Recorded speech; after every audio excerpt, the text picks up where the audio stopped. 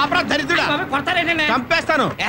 వీడి కార్లో వచ్చే బదులు నడుచుకుంటూ వచ్చిన పెందాడే వచ్చేవాళ్ళం చదవా. బెంజ్ గారి తోలేవాడికి అంబాసిడర్ ఇస్తే ఇలాగే ఉంటది మరి.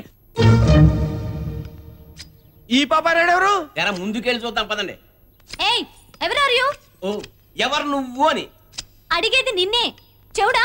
పాపం భగవంతుడు ఒక్కోసారి మోగోని చెవిటని కూడా చెప్తాడు రా. ఓహో అర్థమైంది, మోగా చెవిటాడే కాదు గుడ్డోడు కూడా. నేను తెచ్చేస్తాను.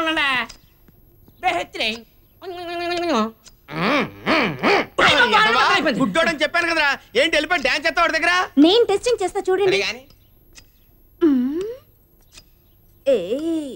ఏటలా టెంటంలో ఆడిపోతున్నావు, కత్తి గుచ్చుకుపోగలదు రాయా.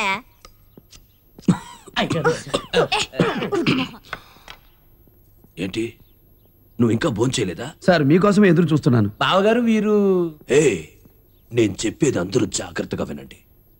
ఇక నుంచి ఇతను మన ఇంట్లోనే ఉంటాడు. చూడు, ఈ ఇంటికి నేను యజమాని కదా. ఎంత మాట? మీ అందరికీ ఈ యజమాని, అర్థమైందా? ఇది నీ దగ్గర పెట్టుకో.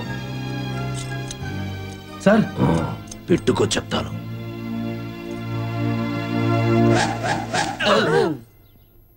ఎరా ఆయన చెవుడా, ఆయన మోగా, నేనా? ఆయన గుడ్డ.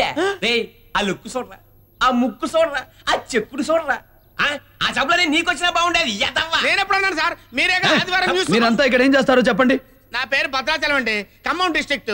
ఇంట్లో మార్కెట్ పనులు చేస్తుంటాను. నాన్న చేస్తానండి. ఇది నా కూతురండి, ఇంకా పెళ్ళవలేదండి. నా పేరు అహోబిలం అండి, డ్రైవర్ అండి. నా పేరు శివయ్య అండి, తోట పని చేస్తుంటానండి. నా పేరు కనకయ్య అండి, ధనంజయరావు గారు మా బావ వరుసకేనండి. ఆ అమ్మాయి?